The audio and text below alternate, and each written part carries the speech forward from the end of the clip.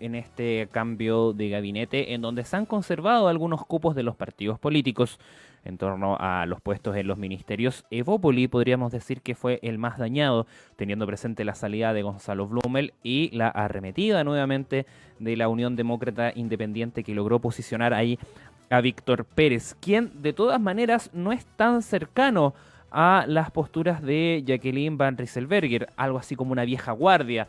Se habla que él conformaría. No deja tampoco de llamar la atención, justamente teniendo en cuenta que son 5 cambios de gabinetes los que se han realizado en este gobierno. Y como algunos datos, por ejemplo, tener en cuenta que Teodoro Rivera, la salida de Teodoro Rivera y la llegada de Andrés Alamán significa el tercer cambio de un ministro de Relaciones Exteriores y que nunca en la historia se había vivido 3 cambios en esta cartera en tiempos de democracia. Asimismo también, claro, la salida de nuevamente un ministro del Interior da ciertas señales en torno al trabajo de esa cartera. 5 de la tarde, 12 minutos, y como el cambio de gabinete del rechazo fue catalogado por la oposición, mientras que desde el oficialismo celebran y agradecen a los ministros salientes, todas las reacciones en la siguiente nota. Mientras que desde la derecha, varios fueron los que aplaudieron el cambio de gabinete y agradecieron a los ministros salientes, desde la oposición ya lo catalogan como el gabinete del rechazo. Al minuto de haber terminado la ceremonia en La Moneda, personajes de todos los sectores empezaron a evaluar el enroque producido entre diputados y senadores de Chile Vamos con los ahora ex ministros de gobierno. Partiendo por el oficialismo, el senador de Renovación Nacional, Francisco Chaguán, apuntó a la unidad de la coalición de gobierno y al trabajo colaborativo que se generará en adelante.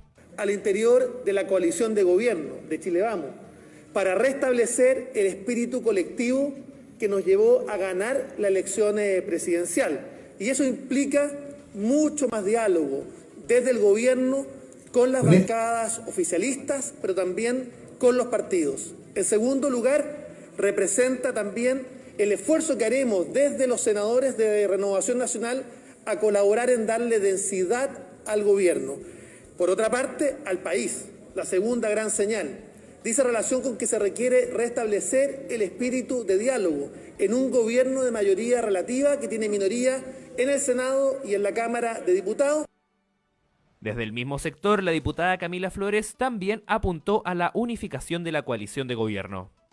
Yo creo que este cambio era necesario, era urgente, que va a permitir además reorganizarnos y poder unificar criterios para trabajar por el bien de Chile, todos unidos como coalición y sobre todo en unidad con el gobierno.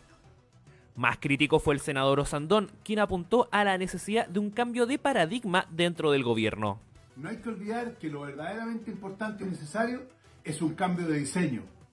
Creo que hoy el presidente debe ser empático con lo que vive la gente en Chile.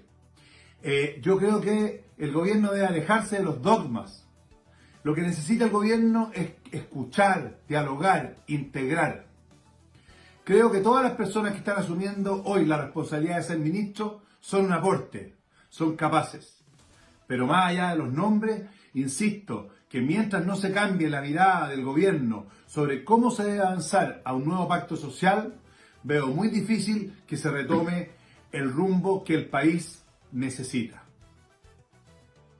La presidenta del gremialismo, la senadora Jacqueline Van Rieselbergher, se mostró optimista por el cambio, donde uno de sus correligionarios se hizo con el Ministerio del Interior, pero lamentó eso sí la salida de Claudio Alvarado, quien según ella comentó habría sido por decisión propia. Donde tengo entendido, él no quería seguir, él no quiso seguir. Yo le pregunté y la evaluación que hay de su trabajo y de la capacidad de diálogo que él tiene y de poder, creo que más allá de lo que pasó en el tema del 10%, que yo creo que eso venía de mucho antes, ¿no? Yo creo que no hay nadie que lo hubiera podido evitar, yo creo que se debe a otros factores. Pero no, yo tengo, hasta donde sé, él decidió dejarlo, y lo cual nosotros lamentamos mucho, porque creo que era una persona que tenía grandes habilidades ahora. Desde la oposición, la diputada radical Marcela Hernando fue una de las que denominó el cambio ministerial como el gabinete del rechazo, lamentando la salida de Mario Desbordes del Congreso. Creo que este cuarto cambio de gabinete en 9 meses habla de una desgobernabilidad que ha hecho que el presidente tome la decisión de endurecerse en vez de acercarse más a la ciudadanía. Yo lo llamaría el gabinete del rechazo. Son aquellas personas que hoy día se ven como más defensoras del modelo. Yo lamento tremendamente, además, que Mario Desbordes haya sido puesto en una posición de silenciamiento, el que se le abran todas las puertas hoy día a Carlos Larraín para que vuelva a tener la hegemonía de Renovación Nacional y lamentar finalmente que sea más difícil hoy día establecer diálogos y puentes para con el gobierno. El senador de la Democracia Cristiana, Jorge Pizarro, apuntó al endurecimiento de las posturas de los nuevos miembros del gabinete. Yo creo que este cambio, sobre todo en el equipo político, es como quien dice la última oportunidad que tiene el gobierno de corregir lo que ha sido una gestión débil, una gestión sin agenda, una gestión que no ha sido capaz ni siquiera de gobernar a sus propios partidarios.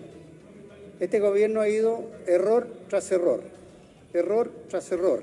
Y lo que está haciendo Piñera con este nombramiento es recurrir yo diría, a la derecha más ortodoxa, la derecha más dura, más tradicional de la política en términos económicos, en términos sociales, en términos políticos. No es casualidad que tenga que nombrar a 3 expresidentes de partido de Renovación Nacional para tratar de darle gobernabilidad a su propio partido. No es casualidad que nombre al senador Víctor Pérez, que es un militante antiguo de la UDI del Grupo de los Coroneles, donde representa fielmente a la UDI y a su presidenta Van Rieselberghe, que estaba en las posturas más duras.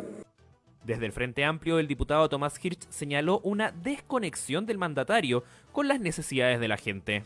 En definitiva, nada se saca con un cambio de gabinete cuando el problema de fondo está en quien lo dirige, en el presidente de la República. Es él el que no está entendiendo nada de las demandas que tiene hoy día la ciudadanía en nuestro país.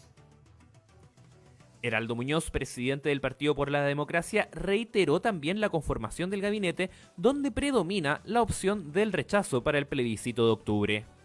Bueno, siempre un cambio de gabinete tiene que tener una oportunidad de probarse en la práctica, pero evidentemente la impresión que tengo es que el presidente Piñera cedió a los partidarios del rechazo, porque su comité político está prácticamente integrado por a quienes se han pronunciado a favor del rechazo, cuestión que creo que sería un grave error si es que este gabinete pasa a ser un gabinete que promueve una opción cuando el presidente de la República ha dicho en el pasado que quiere que su gobierno sea neutral en relación al plebiscito.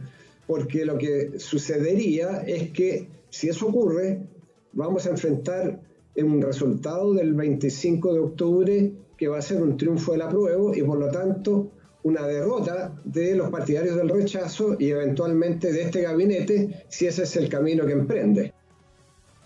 Ahora resta esperar cuáles serán los nombres que surjan desde la UDI y Renovación Nacional para reemplazar a los 4 parlamentarios oficialistas que emigraron del Congreso, ya que según dicta el sistema, son sus partidos quienes designarán a quienes ocupen sus escaños. 5 de la tarde con 20 minutos más adelante vamos a estar